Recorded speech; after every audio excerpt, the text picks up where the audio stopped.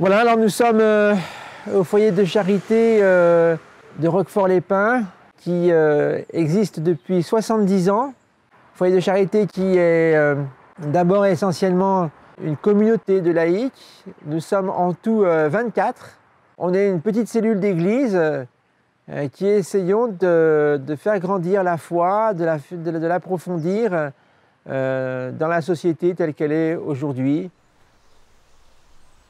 Les foyers de charité ont été fondés par Marthe Robin, et puis après, le Père Finet a développé avec les foyers de charité, comme tels qu'on les connaît. Aujourd'hui, c'est plus de 75 foyers dans le monde. Et donc ces foyers regroupent toujours quelques laïcs et permettent de travailler à l'évangélisation de ce monde. Il y a bien sûr la retraite, qui est le travail habituel d'un foyer de charité, mais aussi il y a des œuvres. Ici, c'est une école. Ailleurs, ça peut être un dispensaire, ça peut être une aide pour les repas pour les personnes qui sont pauvres, etc., etc. Donc voilà, les foyers de charité ont une œuvre assez connue, assez intéressante et qui mérite d'être promue, je crois.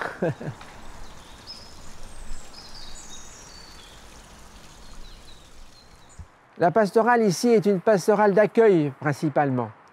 On accueille les gens et puis ils nous disent leur bonheur, leur malheur, leur joie, leur peine.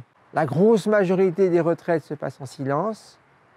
Et le principe, c'est de retrouver un temps à la fois pour soi et pour Dieu, permettre aux gens d'approfondir leur foi, approfondir leur vie en Dieu et permettre de se retrouver dans une vie qui est souvent assez trépidante. Ici, il y a un sanctuaire qu'on vient de réouvrir. Et donc nous avons les possibilités d'accueillir du monde de l'extérieur. Ici, on est sur le chemin de Saint-Jacques-de-Compostelle, qui est la départementale 2085. Là. Donc de fait, nous avons très régulièrement des gens aussi qui viennent de l'extérieur, viennent manger et puis dormir.